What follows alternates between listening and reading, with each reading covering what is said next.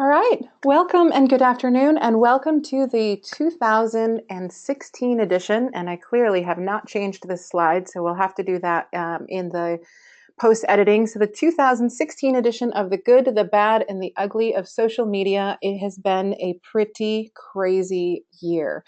This is our third year of doing this. This is our third year of doing The Good, the Bad, and the Ugly. And generally, just so you guys know how this works, I go through social media in general all day, every day, whether it be Instagram, LinkedIn, Facebook, Twitter, you name it. And when I see something amazing that makes me smile, I screenshot it and I throw it into a folder. But the same when I see something terrible or something even maybe ugly, and I throw that into a file. And then at the end of the year, in December, I open up that file and I look at it all. And I don't look at it throughout the year. I just open it in December. I look at it and I start to categorize things as good, bad, or ugly. And it's really interesting to me what's kind of happened over the years. I take a look at those things and start to filter them into groups. So I hope that you get something out of this. As always, this session is not meant to shame anyone. As you know, most of the time we do blur out and hide identities, so the guilty are protected. But we do want to make sure that you learn something from this. So hopefully along the way, as we show you some of these examples, you'll hopefully improve your social media going into 2017.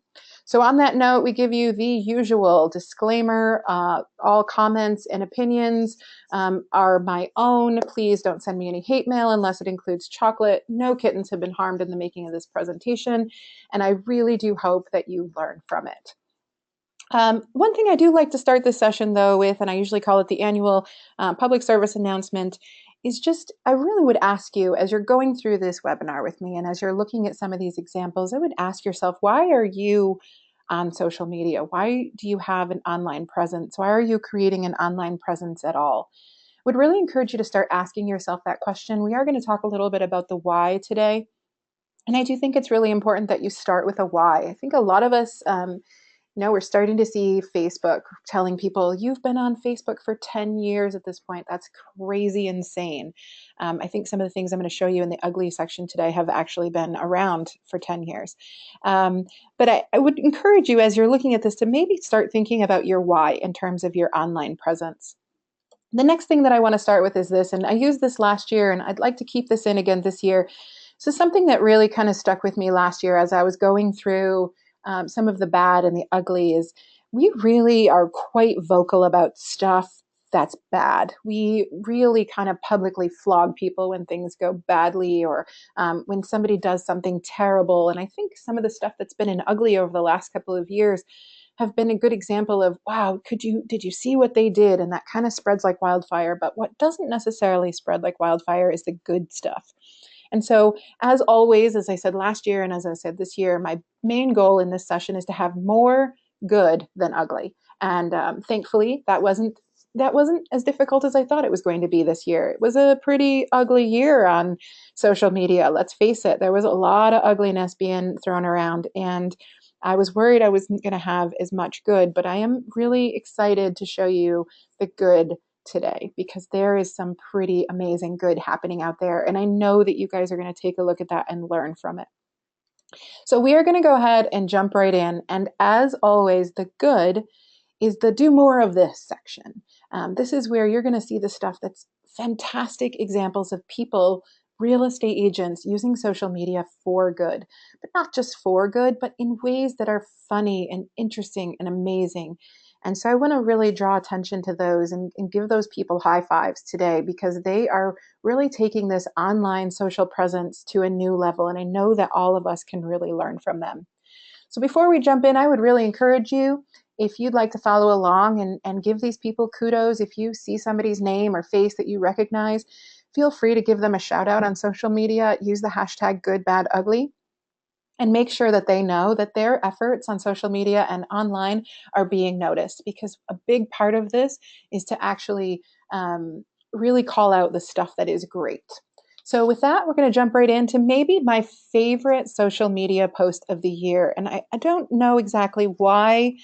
I can't really put this one into words, but this one, and as you know, I usually try and put a clever little caption with each one of these. I called this one Pure Gold. This is actually Kristen McFeely, from the Philly Homegirls, who I got to meet at a wonderful conference this year. And I thought this was one of the best examples that I have ever seen of welcoming a new buyer to their home.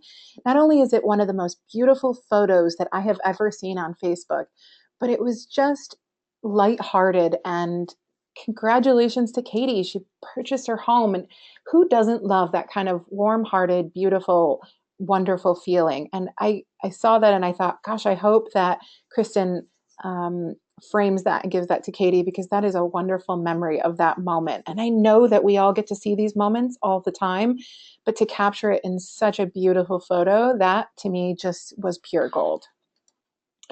Here's one of my other favorites this year, and from one of my favorite people as well, Gwen Daubenmire from the Integrity team in Michigan. And this was just cheeky and funny, visual, but also educational and entertaining. This was really the trifecta of awesomeness on social media. Chestnuts roasting on an open fire, Santa going down the chimney, but a little bit of education. Currently, when she posted this, there were 222 single family homes for sale with fireplaces in the area that she services. And just a kind of a cheeky, oh, you don't need to go down the chimney because we have the keys to those homes. So, what I love about this is it's telling you something you didn't know, it's educating you, it's doing it in a fun fashion and visually.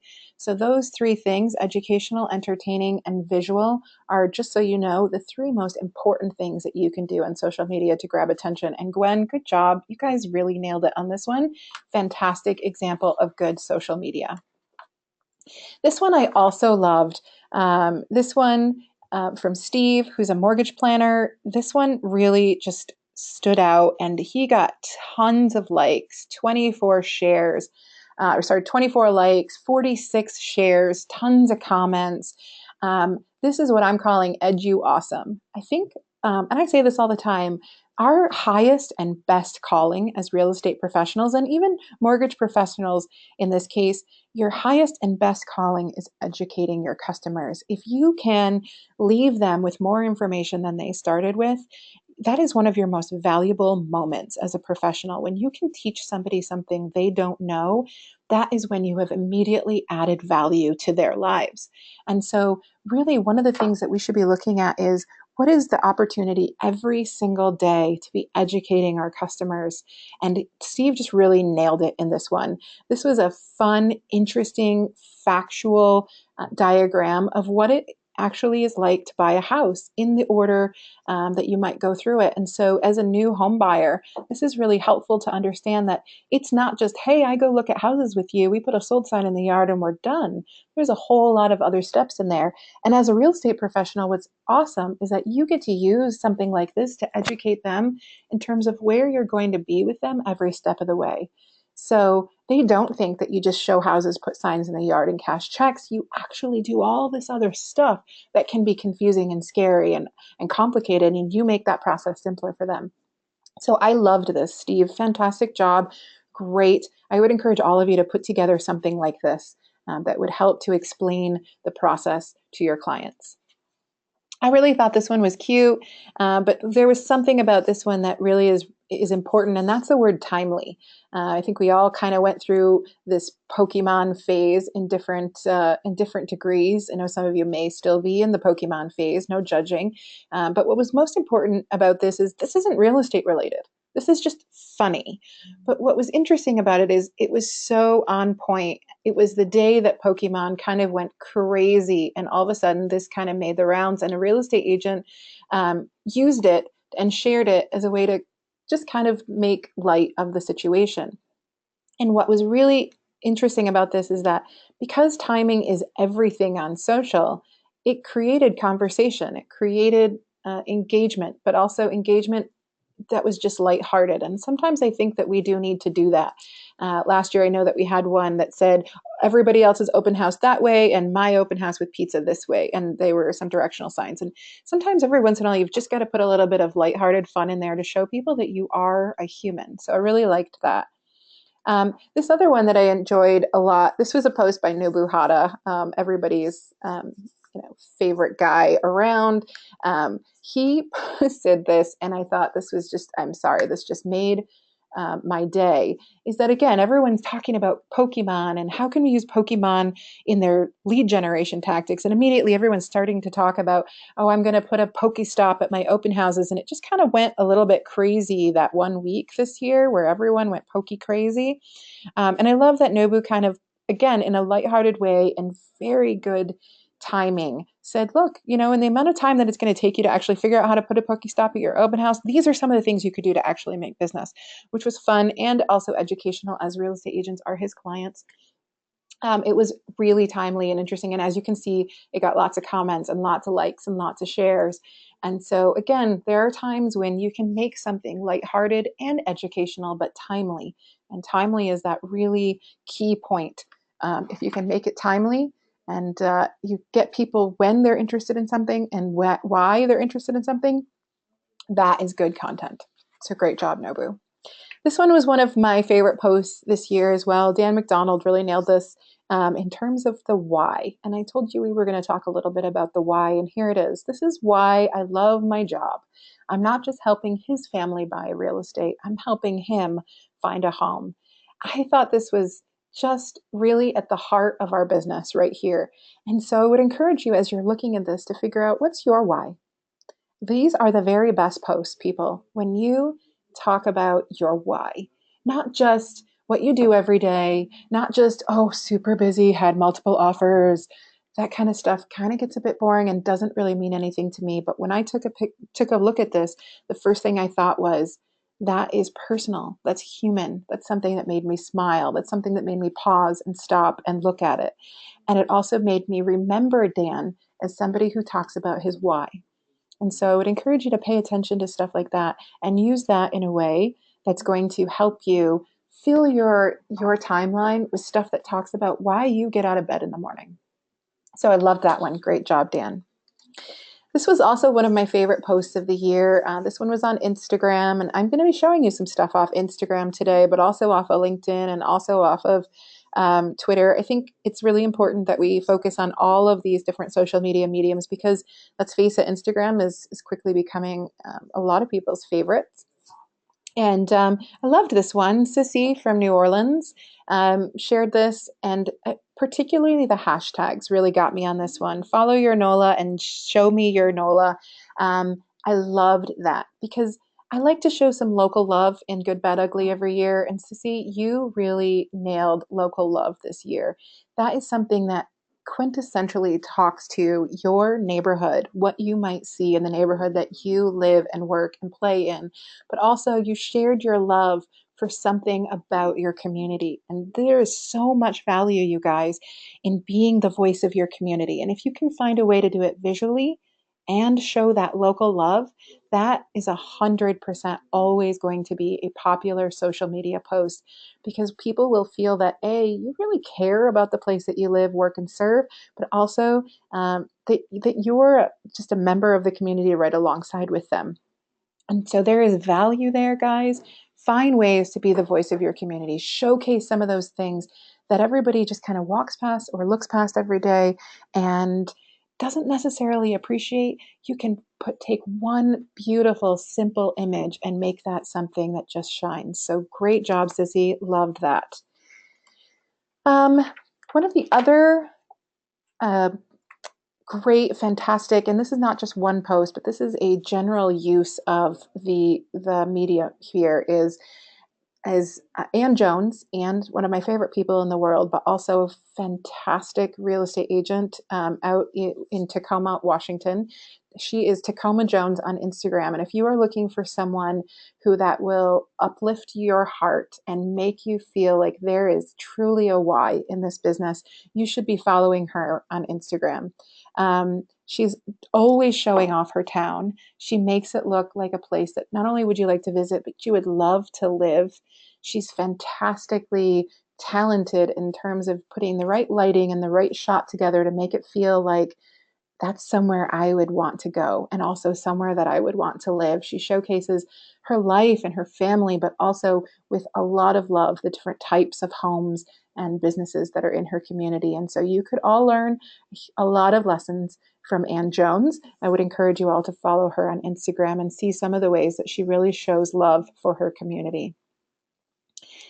One of the other things that I found, and this was on LinkedIn, and I think I'm probably not alone in saying LinkedIn is kind of the forgotten social media site. I go there occasionally, but I don't spend a lot of time there. But this one really stood out for me this year. It didn't just stand out for me for the photo, but I also looked at it and realized that this has been liked over 19,000 times. It had 800 plus comments.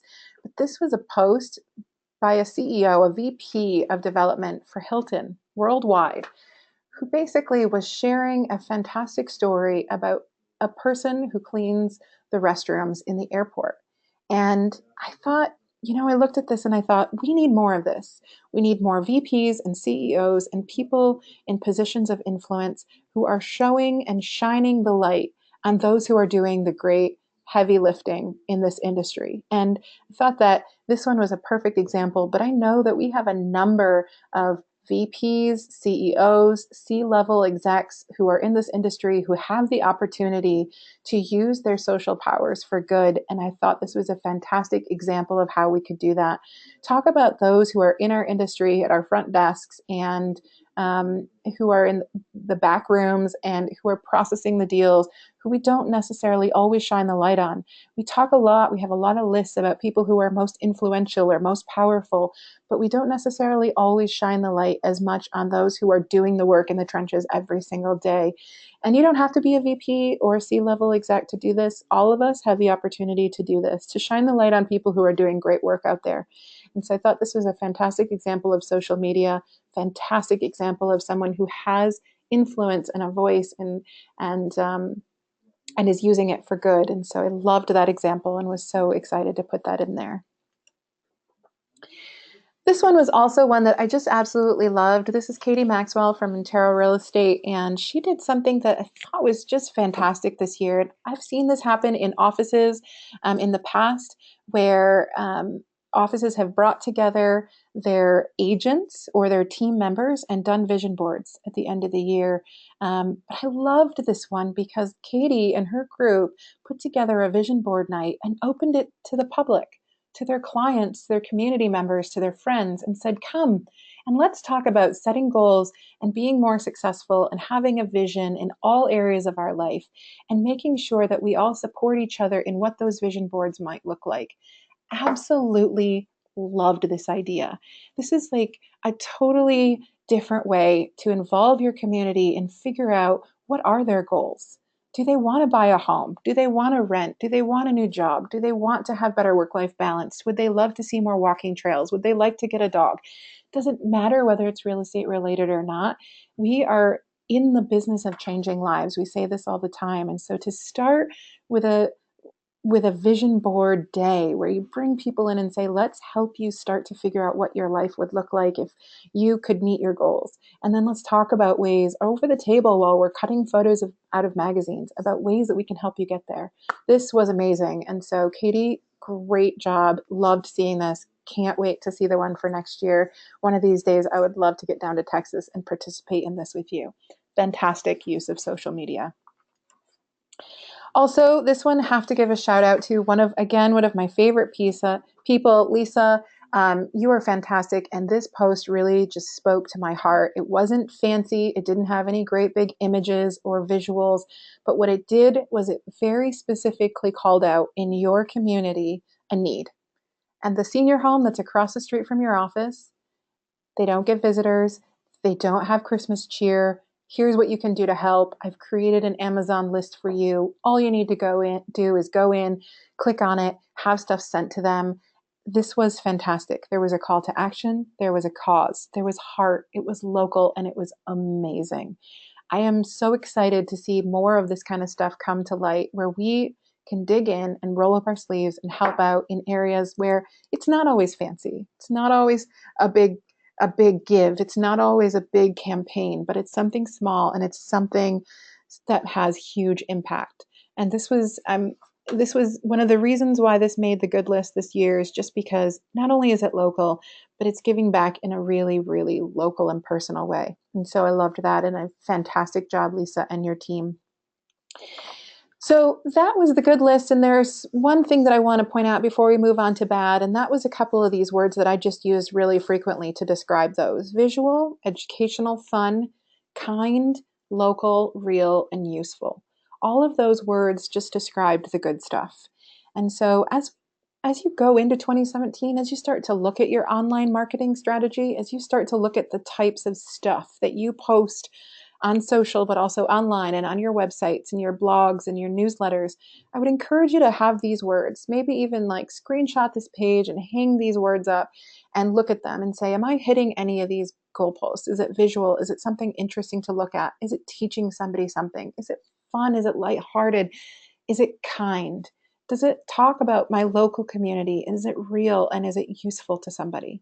These are some real great goalposts in terms of making sure that your content is the good stuff. All right, let's move on to the bad.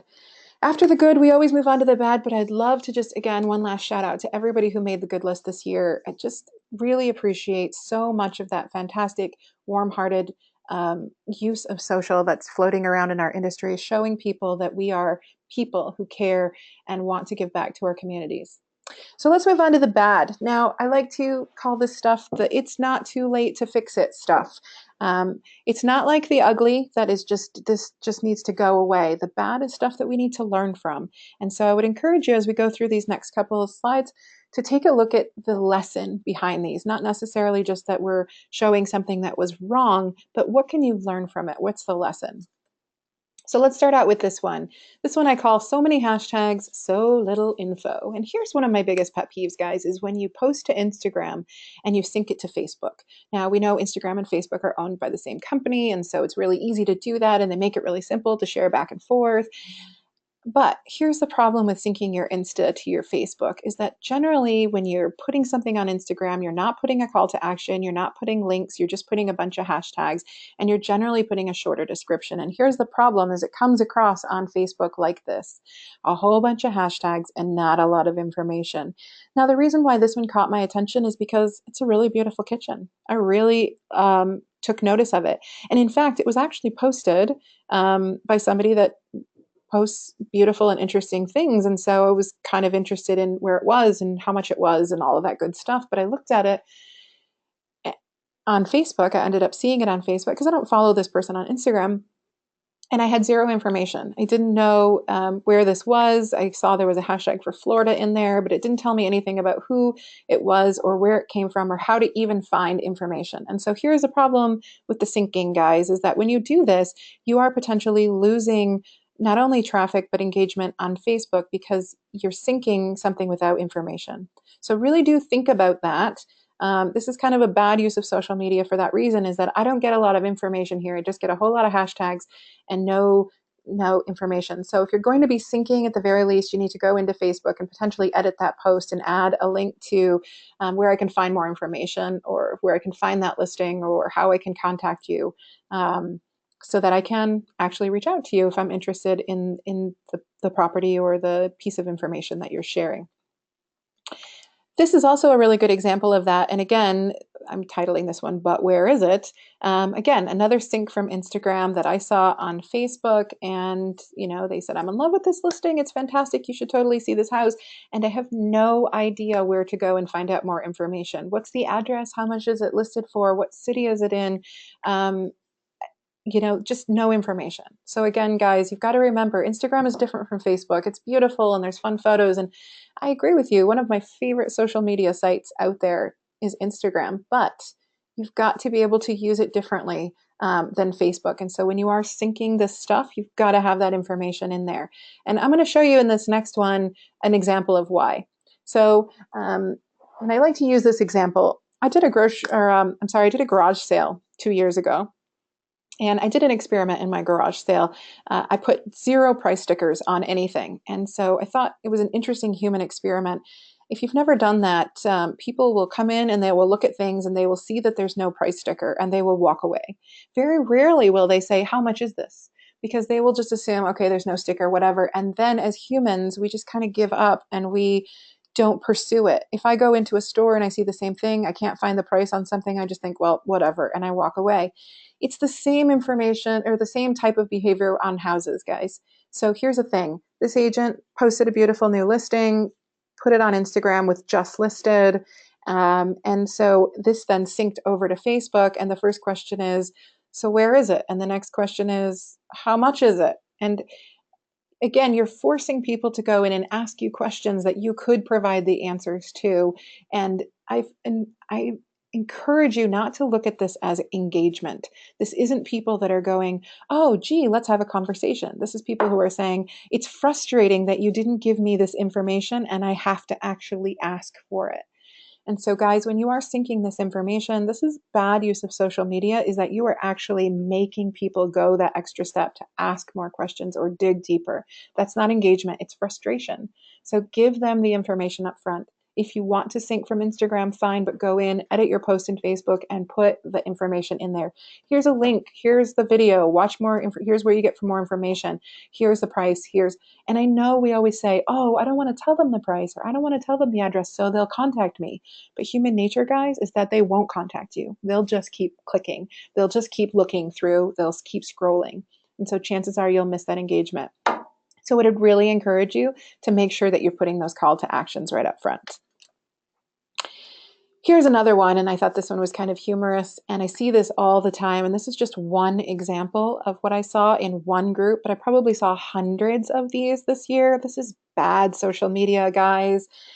Hi, I need anyone in Connecticut. I have a buyer. Thank you. Guys, just a bit of trivia.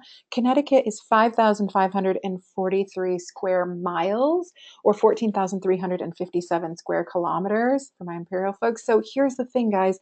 That's a big area. I don't know about you, but I don't know any agents who cover 5,543 square miles in their area. So if you're going to ask for help, and this is a perfectly valid reason to jump onto a group, or especially a referral group, particularly the referral groups, not necessarily every group, because I do see some of these cross-posted across every single group they're a member of. But here's the thing, be more specific, okay? I'm sure your buyer isn't like, hey, I'm just going to go anywhere in Connecticut. They probably have a pretty good idea of where they want to live or what they need to at least be close to. So be a little more specific when you're asking these things, because you will find that not only will you not get comments, but you'll get a million comments of where in Connecticut. Or you may just get suggestions from people who are, 6 hours away from where you're looking, and potentially isn't going to be helpful, and you're going to be wasting everyone's time. So be more specific in your requests and start to think that process through, because if it would be frustrating to you, it's probably also frustrating to those folks who are reading it. Oh, this one, y'all, I can't even. This is, and I'm sorry to do this to you because the song will totally get stuck in your head, but this is the scam that never ends. This is the one that I think has probably been around since before Facebook was Facebook. I mean, I just feel like this has probably been even was being distributed back on AOL emails. Like, that is how old this scam is. This is not real. And I know most of you who are listening to this know this, but guys, anytime where you see something that starts with better safe than sorry, or I saw it on the news, it's probably fake. So anytime that you think that you have to post something with a whole bunch of mumbo jumbo that sounds like legalese in order to keep Facebook from sharing your information, this stuff is junk. This is spam, and it's just crappy stuff that fills up your news feed. Anytime somebody's asking you to copy and paste, guys, that's a pretty good indication that this is junk. And so this is bad social media. I saw a lot of this year. I don't know why this seems to come around at least once or twice a year and make the rounds.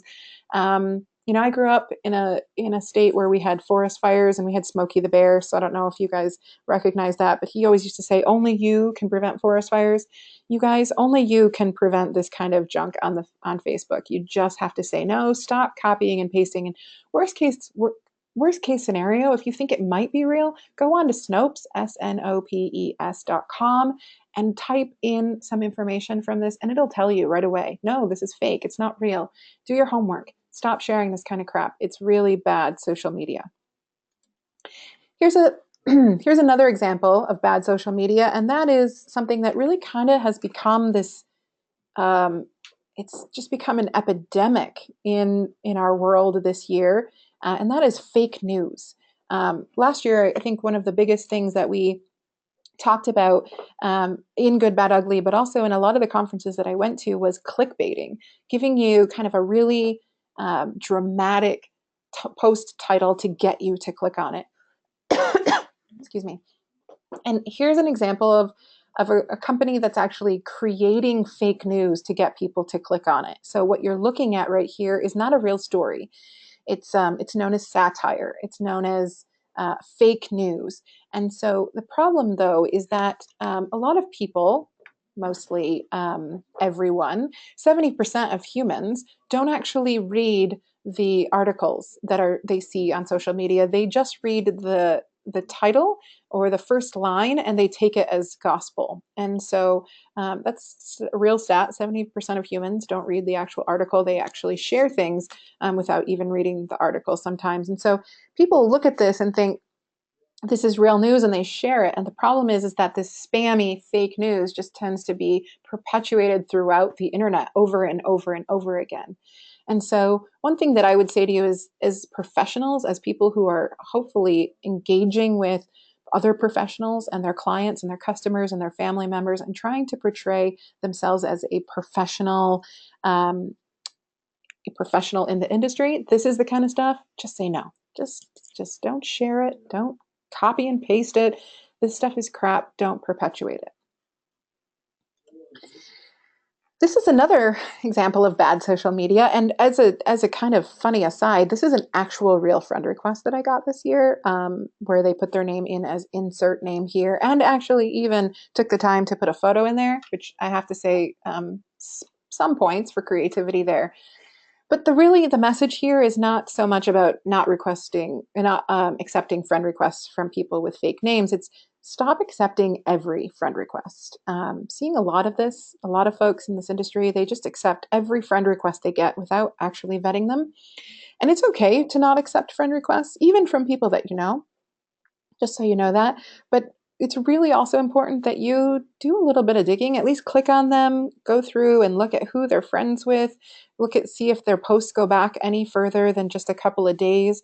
One of those things that happens a lot is people create fake friend requests or for fake accounts, and then friend request a whole bunch of people who are on your friend list.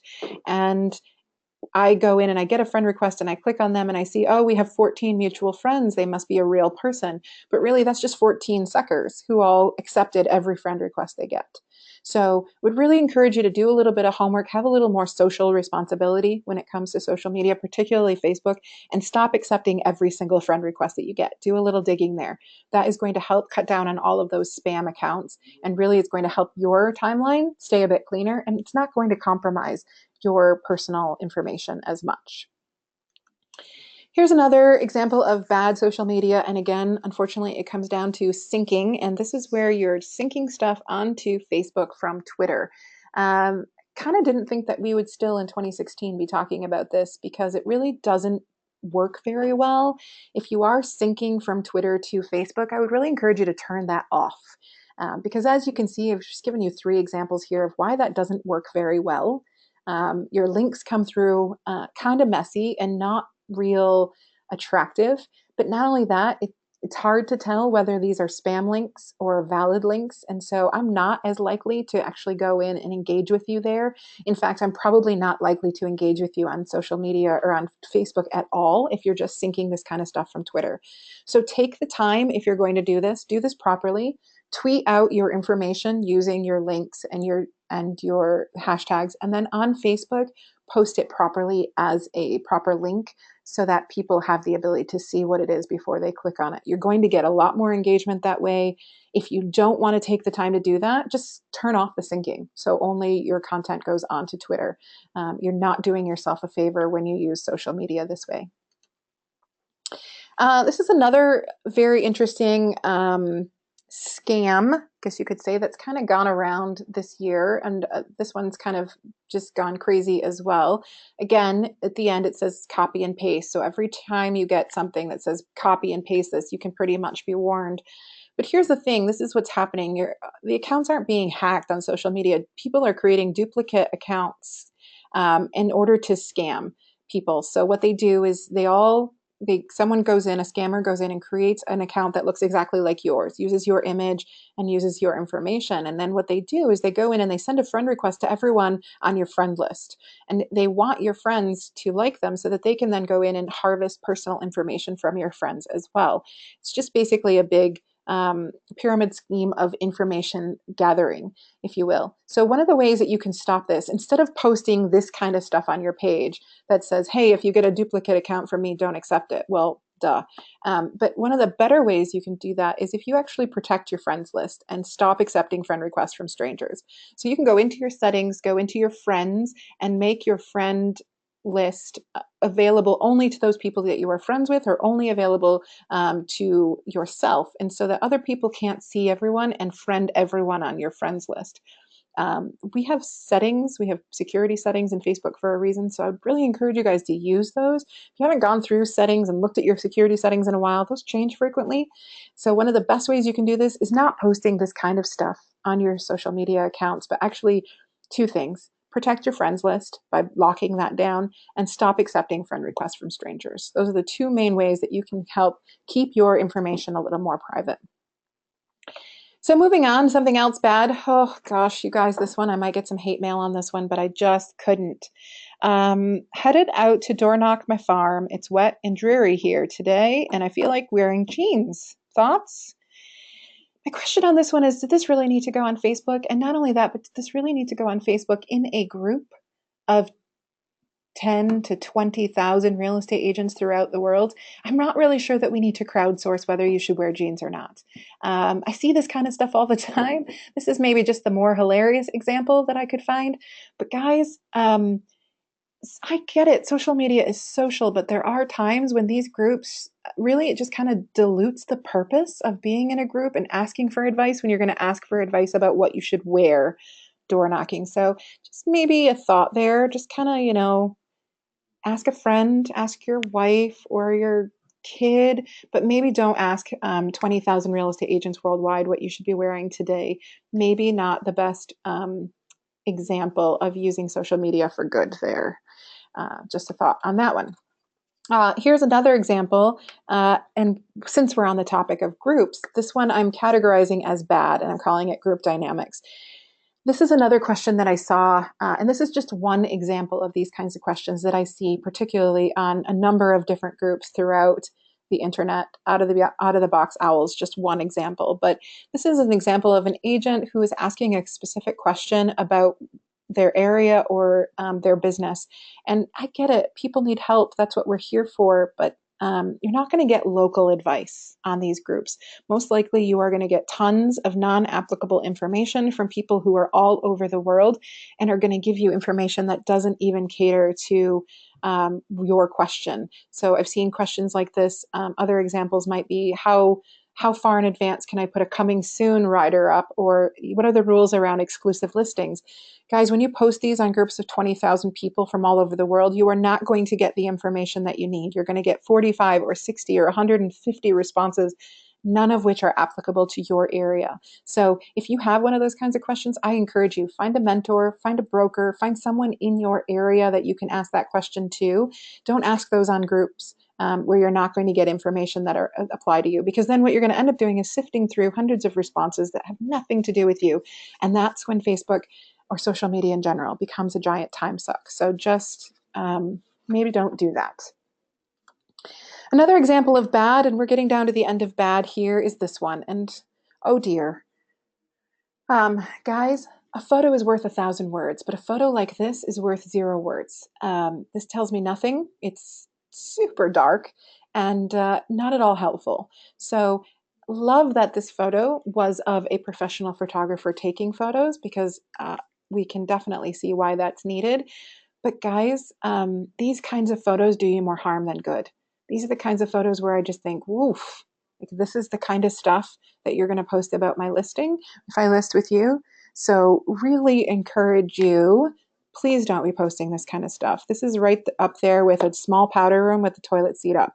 This is not the kind of stuff we want to see on social media representing a professional real estate agent. Okay, so no more dark photos or toilet seat up photos. Let's just make it a pact in 2017. All right, down to the end, and here's the last one, and probably the most important of the bad. And again, bad is stuff that we can learn from. So this one I've titled Please Stop, and I just don't know how to make that any more clear. This is an example of someone who has shared their real estate page, their social media page, and has said, hey, we're only 2 likes away from 600. Please like my page. Guys, this is a terrible business practice on Facebook. Facebook utilizes a tool called EdgeRank. And basically what Facebook does is they reward you for engagement if you get everyone to like your page and then they actually engage. But here's the thing, if you get everybody to like your page and they don't engage, Facebook is just going to stop showing your posts to everyone. So what that means is you might say, look, I want to get a whole bunch of likes because I want people to see my stuff. But when you get a whole bunch of likes from people who are not in your area and aren't going to engage with your content and aren't going to comment on it or like it or share it, you're basically just burying your content at the very bottom of a very big pile of junk. And so Facebook says, oh, great, you have 600 people that like your page, but none of them ever like your stuff and they never engage with you. So your stuff must be crappy. And so we're not going to show it to anybody ever again. So what you're better off doing is earning those likes by showing great content and have people who are actually really interested in your content finding your page and liking it organically. Because if they've liked your page because they're genuinely interested in the stuff that you're putting out there, they will continue to engage with your posts, which will improve your edge rank, which means more people will see your posts. So I know that seems a bit crazy because at first you're like, oh, I have a page and I just want a lot of people to like it because that means it's successful. It's actually better if you only had 12 likes and all 12 of those people engaged on everything than if you had 600 likes and nobody ever engaged. So stop this. Just stop this practice. Stop asking people to like your page. What you need to do is put out really good, engaging, valuable content and people will come. Okay? All right, so that's the bad. We've gone through the good. We've gone through the bad. We've survived. Now we're moving on to the ugly. All right, the ugly we like to call the just stop it section. The good is fantastic and amazing and warm and fuzzy, and the bad, you have an opportunity to fix it. It's not too late, but the ugly, this stuff, guys, just say no. All right, moving on. First one in the ugly category today is this: blanket statements. We all have opinions. Sure, absolutely. And one of the best things about having an online presence is that you have the opportunity to say whatever you want. But the thing is, it's the way we make these statements that can seem a bit off-putting. But here's the worst thing about this conversation, the one that you're looking at on the screen right now. It wasn't just the statement and it wasn't just who it was made by, it wasn't just how it was made, but it was the fact that underneath this, what you don't see is there were lots and lots and lots of comments, not necessarily positive comments, in fact, mostly negative comments. But the sad thing is that the original poster, the person who made this comment, never went back and engaged, never went back and defended their viewpoint or had a productive conversation with those folks that were commenting. They just spewed a blanket statement and walked away. And that is maybe one of the ugliest ways that you guys can use social media, is when you just spew something that is provocative or negative or not productive, and then you just walk away and you don't participate in the conversation afterwards. I would encourage you to avoid this because this is the kind of stuff that makes me not want to follow you or see your stuff anymore. This is also ugly. And not so much the rings, those are pretty, but guys, there is no such thing as a free lunch, and this stuff has got to stop. This is called click farming or like farming, and this is how this works. A spammer sets up a page representing a company, in this case, a ring company, a diamond company, and then they start spewing this kind of stuff onto the internet. Hey, like our page, share this post, and comment, and you might win. Here's the thing, that company doesn't exist. And nothing is ever going to happen and you're not going to win. But what they do is they capture your information. You like that page. They've now captured your information as a follower. They capture enough of that information, and then they sell the entire page to another spammer who rebrands it and continues to start spamming you, but also spamming everybody who's friends with you. And so you're actually perpetuating more spam on the internet by doing this. Now, I know what you're going to say, Val, you never know. I might actually win a ring. This might be the one time it's real.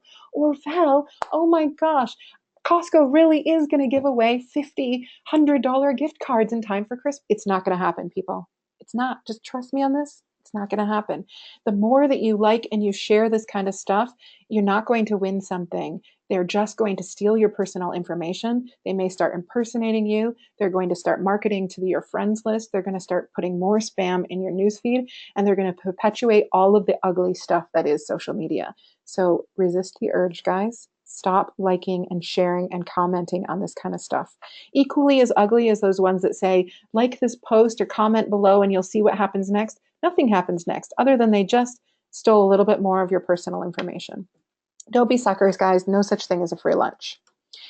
One other way that social media is ugly, and not the original post here. The post up at the top is a lovely post from someone who I really admire and like, but what was ugly was the post that came below it. Is that this person, we'll just call him Jim, just spams an ad for his company as a comment on every single post that comes across his newsfeed. Guys, this is not good business practice. And I've seen real estate agents do this. Hey, sounds like you live in this neighborhood. If you ever want to buy or sell, call me. Guys, that is basically the online version of walking up to every single person in the grocery store this afternoon and saying, do you want my business card? Do you want to buy or sell? Come on, please, let's talk. I sell real estate. Guys, no. Okay? This kind of stuff is ugly social media. Don't do it. When you see other people do it, feel free to tap them on the shoulder, give them a private message and say, hey, this isn't the right way to be advertising your business. This is uncool. This is ugly social media. This is another one, and tell you what, I had a lot of opportunities to share some keyboard bravery this year. As you know, we've gone through a pretty, the United States has gone through a pretty big election, and there were a lot of opinions posted, and there were lots of opportunities to display keyboard bravery for 2016. But here's the one that I chose, because this is an actual real estate agent posting in a public conversation, attacking a perfect stranger. And this really bothered me because this is a person who obviously advertises them as a real estate agent in the company that they work for, in the area that they work. And they're really, really blatantly, obviously being rude on the internet. And so this is ugly social media. I know we have opinions, and I know that sometimes it's really tempting to air them because we think that we're hiding behind a keyboard. No one can actually see us. No one will actually know us. But I've seen dozens and dozens and dozens of examples of this year of people who have done this kind of thing, and they have been screenshotted and shared in back channels hundreds of times. And I can tell you what, guys, one single comment like this can have a far-reaching and permanent effect on your reputation. So I would really encourage you to please stop using social media this way. I know it's really tempting because you feel anonymous on the internet, but you're not. One click, 2 clicks, and I can get to where you work and who you work for, and it can have a far-reaching effect. And so I would really encourage you to please take a walk, go do something, walk away, push the keyboard away, but don't be using social media for this kind of retaliation and anger. It's just not productive, and it does have an impact on how people see you. Also, one of the uglier posts and ensuing conversations that I've seen this year is this one. Public rants about your clients, guys, are a just no. Public rants about who you work for, calling them names, talking about how criticizing what they expect from you as a professional. Guys, your job is service. Our job is serving others. That's our job. I hate to put it that simply for those of you that might come as a surprise, but our job is to serve others. And sometimes that means we're going to be serving people who are frustrating and who are difficult to deal with. But getting on the internet and doing a public rant about the people that you are working for or with is never, ever a good idea. And so I would encourage you to use this ugly example as a big, giant wake up call. If you are the kind of person, and I see lots of this, so much of this, where you get on and say, oh my gosh, I have the most difficult clients, and these people are so frustrating, and oh, I hate it when they ask me this, and why are people like this? I tell you what, you guys are dealing with people who are in the most frustrating, most stressful, and most difficult period of their lives. They are buying or selling, and it's scary and it's hard, and we have to give them grace, and we really should not be ranting about them publicly on the internet. And so, ugly, and just know. One of the other examples is this one. Again, we're talking a lot about copy and paste spam this year, lots and lots and lots of it going around, and especially one of these examples, this example of copy and paste this to bring awareness to this cause. I would encourage you, instead of doing this, instead of copying and pasting spam, especially spam that starts with sort of a clickbait title, is do something to bring awareness to a cause, sure, but give, volunteer, but stop this. This is the kind of stuff that makes people tune you out. It makes people shut you off. It makes people unfollow you. And it's not bringing awareness to anything.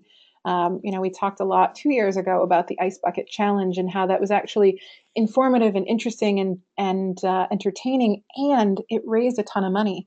But stuff like this, it doesn't really do anything. It doesn't really bring awareness to anything, and it doesn't affect anybody, doesn't help anything. What it does is it just fills news feeds with the same copy and paste spam. So I'd really encourage you, if you see these, look at it a different way. Look at it as, hey, you know what? Maybe this is the reminder I need to actually do something, to give or volunteer or get involved, but stop the copy and paste. Here was another example. I thought that was kind of funny, but definitely an example of a larger epidemic within social media, especially in our industry. I was at Inman, San Francisco this summer, and I was tweeting Urban Tavern, which is the restaurant in the hotel I was staying in, asking if they were not open for lunch or dinner at all, because previously, prior to the renovation, they were open. And so I tweeted them, are you not open for lunch or dinner at all? I couldn't find any information on their website about whether they were open or not. And I got a response, but I got a response 13 days later. Sadly, I was only in town for that conference for 4 days. And 13 days later, this information meant absolutely nothing to me. But what it did is it made me feel like that is just not a very responsive business on social media. And so it would have been better for them at this point, in my opinion, not to have responded at all than to have responded 13 days later. So I'd really encourage you, if you are the type of person that are getting messages there and you're not responding to them for days or weeks at a time, really start to think about that in terms of your communication strategy, having a strategy for responding quickly and promptly, because this makes a huge impact on your reputation. And as another example is this one. So I saw this, I don't really need people to send me messages on Twitter. Here's the thing, guys, your online presence is just like your phone. So why would you have it if you aren't going to answer it? If you don't want people sending you messages on Twitter, it's probably best that you delete your Twitter account. If you're not available for responding to comments on Facebook after you post something, or if you're auto syncing and you're automating your social media content and you're not there to answer questions or to engage in the process, it's better that you're not there at all. It really is, because the problem is that it does more damage to you when you aren't responsive, or if you are responsive days or weeks later, than if you don't respond at all. And so I really encourage you to take a look. Maybe you don't need to be on every single site. I say this all the time. You don't have to be everywhere. You just have to be somewhere really well. I would encourage you, maybe don't be on every single social media site if you're not going to be active enough there to respond to comments or questions, or at least turn your notifications on so you're notified when you get a comment or a request, because it's really important to your reputation that you are responsive.